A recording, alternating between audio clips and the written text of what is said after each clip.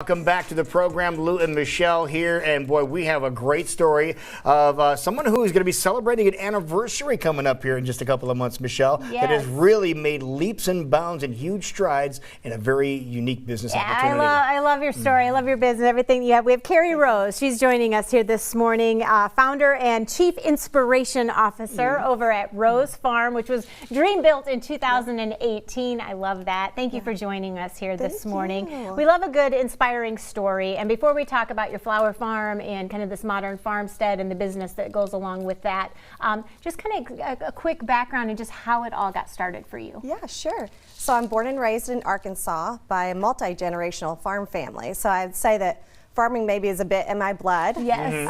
I joke with my dad, I think my farm might smell better than his ever did, though. A little more colorful. Yeah, he never grew any flowers. So I've lived in Iowa now 23 years. Okay.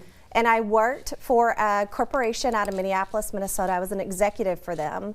I worked for them for 21 years.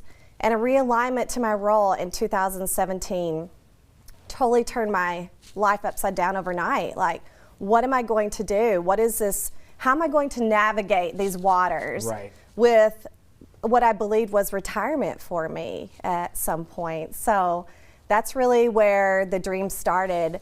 My husband and I have 25 acres of land in Norwalk. We've always been hobby farmers. We've always grown vegetables and had hens and just kind of dabbled, if you will. We wanted that life for our kids, but never did I think that I would be a flower farmer. And so in 2018, I entered the Master Gardening Program at Iowa State. Oh, you did? That's a great program. I've done that too. Great program. Yeah, it is. I also went to a flower farming workshop. Took a workshop on how to be a flower farmer. And then, well, after that I planted 4,700 corms, bulbs, bare roots. 4,700. Yeah, just hoping like maybe something might come up, I'm not sure. Wow. And then we launched our brand in June of 2019. Right. So again, we are coming up on the year anniversary of that. Yeah. But very exciting. Seeing some images of your farmstead here, and really neat the way you have it organized and the way you have everything all plotted out. How long did that take you to get that all organized? Well, my husband and I bought land 8 years ago, and it really has been a lot of hard work in the last 8 years building the farm. We bought really a blank canvas. So. Did you kind of have a flower farm in mind just as like a little side business before you kind of went into it full stream? No, I didn't. Well, then why flowers? We have pollinators. Pollinators. And so we care very much about sustainability and all that's happening with pollinators. So I've always had a pollinator garden that was fairly large, but never did I have cut flowers. I always grew vegetables. All right, so what kind of flowers are we talking about here? You say pollinators, things like that, but a bunch of specific flowers. Yeah, I grew 49 varieties last year. So I tell you my favorites are ranunculus, which you see a lot in the photos. A lot of people's favorite. Yeah, and people will mistake them for a rose or a peony. Oh, really? Okay. And I say, well, those two might have gotten married and had a child. That's how There it is. That's right. That's a great way of putting it. I would say English roses are one of my favorite. My last name is Rose. Right. But it was really important when I went out to do all my branding that people didn't think I was just a rose grower only with the last name Rose. And that is why we have Rose Farmstead as really a lot of the branding separated pieces too. as opposed to just farm, because that's all they do there. Yeah, and you would think that I just grew roses. I would, with that last name. Right. So there's a few different ways that people can kind of experience what all you have to offer with your flowers and so forth. I know next week we have the Home and Garden Show that's going to be coming up here, and you're going to be a presenter at that. So kind of talk about what you're going to be presenting and talk so people can kind of meet you personally and learn some things from you. Talk about your presentations. Yeah, sure. So my presentation is turning a dream into a modern farmstead. So I'll talk about the transition over the 8 years of how the farm has come to be where it is now, because that didn't happen overnight, and sometimes it looks like it might have. It took us a long time to get to where we are today. I will also just be sharing my story. I think there's a lot of people like me that you think your life is a certain way and then overnight it changes, and then how are you going to navigate that? Right. I knew for myself that I wanted to do something that I absolutely loved. and can make a difference. Farm school is one of my favorite things that I Yeah, offer. explain that. Explain the farm school, because it's pretty cool for kids. Yeah, it is. I think there's a lot of kids who've never experienced a farm of any kind. They've never seen a hen. Maybe if they went to the zoo, they've seen some of the animals, but we love having the kids at the farm. So we take kids ages 4 through 12, and we teach them about pollinators, sustainability, how to be a great steward of Mother Nature, what that really means. We released ladybugs. Do they get their hands dirty? Oh, yes. Yeah? That's important. It is important. Yeah, they get their hands dirty. We teach them about the life cycle of a hen. Many kids have never seen a hen or a rooster.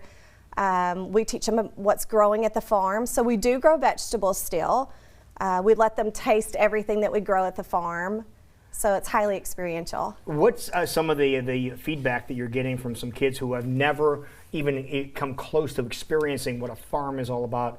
What's some of the feedback you're getting from them and the parents? Well, I don't even know that you would need to hear what they have to say just looking at the light in their eyes. They totally light up when they come to the farm. I don't know who's more excited, myself or them. Like when the school bus pulls down the drive, it overwhelms me with emotion. I get so excited to see them. So things that they say to me is, we didn't know that a farm could smell so good. Okay. Because I think they think of livestock, Sure. which most farms are here in Iowa. Right. And they absolutely love to go and experience nature at its finest. They love to learn about the pollinators. A lot of them have never heard even about honeybees and why we should care about their sustainability. So you're teaching the next generation is what you're doing. Yeah. Now you said when the school bus comes down, so at first I was picturing just maybe a couple of kids coming out, but you have a whole group of kids that come out. What's some of the bigger groups that you've had out there? I would say Oak Ridge Community was 52 kids. Wow. So last year we had 110 kids at the farm.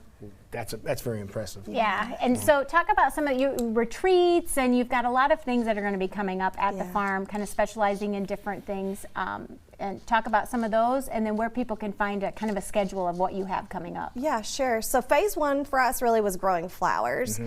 And then phase 2 for us is the retreat at Rose Farm, and that will be a platform to enrich your soul through workshops, lectures, and rentable space.